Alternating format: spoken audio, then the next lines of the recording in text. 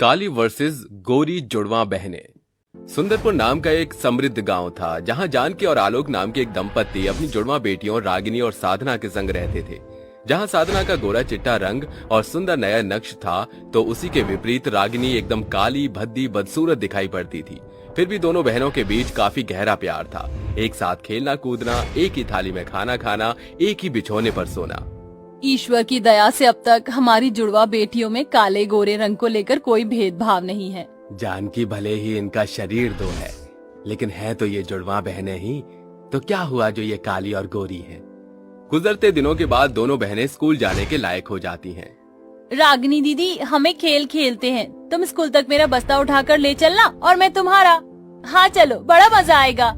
मेरी राजकुमारियों, आज तुम्हारा स्कूल में पहला दिन है। दही चीनी खाकर जाओ और एक दूसरे से प्यार से पेश आना। दोनों बहनें हाथ पकड़े गांव के बीचों बीच से दौड़ती हुई स्कूल चल पड़ती हैं। गांव में रहने वाले लोग उन्हें देख आपस में बातें करते हैं। अरे लखन, वो देख, अरे काले गोरे हंसों का जोड़ा चला आ रहा है। अरे दीना भाई, एक बात मेरे मन में हमेशा खटकती है। इन काली गोरी जुड़वा बहनों का होलिया एकदम पूरब और पश्चिम के दोहराए के जैसा है। फिर ये जुड़वा कैसे हो सकती हैं? वैसे सच कहूँ तो आलोक भाई और भौजाई में सिर्फ गोरी साधना ही मेल खाती है। क्या पता इस अमावस के काले चांद कब किसी कचरे के ढेर से उठा लाए हों। मुझे तो इनके जुड़वा होने के पीछे बड़ा झोल लगता है। उनकी भड़काऊ बात गोरी साधना के मन में घर कर जाती है। वो अपनी काली बहन रागिनी से हाथ झटक कर आगे बढ़ जाती है। साधना सुन, तू ऐसे भाग क्यों रही है? अपनी ये काली परछाई लेकर दूर हटो मुझसे। गांव वाले सच कह रहे हैं, तुम्हारा ये काला पक्का रंग देखकर कौन कहेगा कि तुम मेरी जुड़वा बहन हो। उस रोज से दोनों बहनों के गहरे रिश्ते में फूट पड़ जाती है। जब भी रागिनी साधना से बात करने की कोशिश करती, घमंडी साधना नाक सिकोड़कर वहाँ से चली जाती। ये देखकर जानकी अपने पति से कहती है, पता नहीं कुछ दिनों से साधना का रवैया एकदम बदला बदला सा लग रहा है। वह रागिनी से सीधे मुंह बात करना तो दूर, उसे एकदम कटी रहती है। जानकी तुम चिंता मत करो, मैं जाकर साधना से बात करता हूँ। आलोक दरवाजा खटखटाकर अंदर चला आता है। अरे गुड़िया, तेरी और रागिनी में कोई अनबन हुई है क्या? अच्छा, तो अब उस काली कमली रागिनी ने मेरे खिलाफ आपके कान भरे हैं। साधना की बात करने का बिगड़ा अंदाज देख आलोक बौखलाकर साधना को एक तमाचा जड़ते हुए कहता है, अपनी जुड़वा बहन के प्रति इतनी कड़वाहट तुम्हारे मन में कब से पैदा हो गई? जब से मुझे पता चला है कि रागिनी मेरी जुड़वा नहीं, और मुझे इस बात पर पूरा यकीन है कि वो काला टीका मेरी जुड़वा बहन कभी नहीं हो सकती। साधना, गांव वालों की कानाफूसी की आदत है। कानों से सुनी गई बातों पर नहीं बल्कि आंखों देखी पर भरोसा करना चाहिए। बिटिया, यकीन मानो, मैंने तुम दोनों को अपनी ही कोख से जना है। तुम जुड़वा बहनें हो। हर एक दिन के साथ दोनों बहनों के बीच काले गोरे रंग की गहरी खाई बढ़ती चली जाती है। उम्र के पड़ाव के साथ दोनों बहनों का कॉलेज जाना शुरू हो जाता है। जहां एक और रागिनी सादगी पसंद करती थी, तो वहीं दूसरी ओर साधना एकदम मॉडर्न जमाने के अवतार में दिखाई पड़ती थी। तड़के सुबह साधना शीशे के आगे खड़ी होकर तैयार हो रही थी, तभी गोरी साधना उसे खरी खोटी सुनाकर कहती है, अरे ओ बहन जी, ये कैसा बेढंग भड़कीला कपड़ा पहना है तूने। एक तो तेरा ये काला पक्का रंग, ऊपर से चॉकलेटी कलर का सलवार कमीज लटका लिया। खबरदार जो मेरे संग कॉलेज जाने की कोशिश की। तभी कमरे में जानकी आकर कहती है, साधना, ये कोई तहजीब है अपनी जुड़वा बहन से बात करने की? माँ, आपको भूलने की बीमारी है क्या? मैं पहले ही साफ कह चुकी हूँ, इस काली स्याही से मेरा कोई वास्ता नहीं, ना ये मेरी जुड़वा बहन है।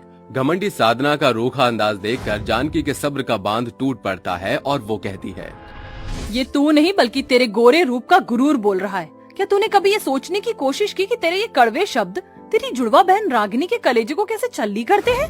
माँ, जाने दीजिए, बात बढ़ाने का कोई फायदा नहीं। रागिनी को ऐसा कहते देख खड़ूस साधना उसके बाल खींचकर कहती है, अपनी ये झूठी हमदर्दी अपने पास रख। दो धारी तलवार काली कलूटी जैसा तेरा ये काला रंग है, वैसे ही तेरा दिल भी एकदम काला मैला है। मेरे माँ बाप को तो मुझसे छीन ही चुकी है तू। ये षड्यंत्र इसलिए रच रही है ना, क्योंकि तुझे मेरे गोरे रंग रूप से जलन है। साधना अपने गोरे रूप का बखान करती हुई अपने गुस्से का गुबार रागिनी पर बरसाकर तोड़ फोड़ मचाती हुई पैर पटककर कॉलेज निकल जाती है। अब साधना की ये ज्यादतियां मुझसे और सहन नहीं होती। मुझे डर है कि कहीं सच्चाई मेरे मुंह से निकल न जाए। गुड़िया, गलती से भी ये ख्याल अपने मन में न लाना, वरना इस घर परिवार को आने वाले बड़े सैलाब से कोई नहीं बचा पाएगा। हर गुजरते दिन के साथ साधना अपने गोरे रूप का गुमान दिखाकर रागिनी का जीना दूभर करती है। कुछ ही दिनों में दोनों जुड़वा बहनों का 21वां जन्मदिन आता है। जन्मदिन की ढेर सारी बधाइयाँ मेरी बच्चियों। आज तुम्हारे जन्म अवसर पर ऐसा जश्न होगा कि सभी दंग रह जाएंगे। मैं अपना जन्मदिन इस काली बदसूरत के साथ हरगिज नहीं मनाऊंगी। इस साल तुम्हारी एक नहीं चलेगी साधना, समझी? पिताजी, आज खुशी का दिन है। अगर साधना को मेरा आसपास रहना खलता है तो मैं अपना जन्मदिन नहीं मनाऊंगी। मेरी जुड़वा बहन की खुशी में ही मेरी खुशी है। घर के तमाम कोनों को रंग बिरंगे गुब्बारों से सजाया जाता है। धूमधाम के साथ साधना बर्थडे केक काटती है। तभी एक बूढ़ी भिखारन दरवाजे पर आकर खड़ी हो जाती है। रागिनी बिटिया, तू दूर क्यों खड़ी है? तू भी शामिल हो। आलोक केक का निवाला उठाकर जैसे ही रागिनी को खिलाता है, अकड़ू साधना गुस्से से तिल मिलाकर केक उठाकर रागिनी के मुंह पर पोतकर भड़ास निकालती हुई कहती है, जानबूझकर इस कलूटन ने रंग में भंग डाला। मेरी खुशी तुझ काली कमली को रास नहीं आती ना? अनाथ कहीं की मेरी आंखों के सामने मेरे माँ बाप पर अधिकार जमाती है। बस साधना, ये तुमसे पहले मेरे माता पिता हैं। तभी बूढ़ी भिखारन एंड मौके पर आकर चौका मारती है। अरे, तुम दोनों तो वही नेक इंसान हो ना, जिसने सालों पहले अस्पताल के बाहर कूड़े के खत्ते से उस रोती बिलखती अनाथ गोरी बच्ची को उठाया था। ये सुनकर साधना बहुत चक्की रह जाती है और उसके पैरों तले जमीन खिसक जाती है। माँ, पिताजी, ये क्या कहना चाहती है? कुछ नहीं बिटिया, तू इसकी बात पर गौर मत कर। आप सभी की हकलाती जुबान साफ बयां कर रही है कि आप मुझसे कुछ छिपा रहे हैं। आपको मेरे सर की कसम है, सच बताइए। साधना, ये सच है कि तुम दोनों जुड़वा बहनें नहीं हो, लेकिन जिसे मैंने अपनी कोख से जन्म नहीं दिया वो रागिनी नहीं, तू है साधना। ये सुनकर साधना की आंखों से आंसुओं की बौछार बरस पड़ती है और वो बेसुध होकर जमीन पर बैठ जाती है। साधना, तो क्या हुआ जो हमारे बीच खून का रिश्ता नहीं, फिर भी तुम मेरी ही बहन हो। मुझसे दूर रहो रागिनी दीदी। मैंने तुम्हारे काले रंग को लेकर हमेशा तुम्हें जली कटी सुनाई। मुझ जैसी घमंडी लड़की को तुम्हारी बहन कहलाने का कोई हक नहीं। अक्सर झगड़े वही होते हैं जिस रिश्ते में बेशुमार प्यार हो।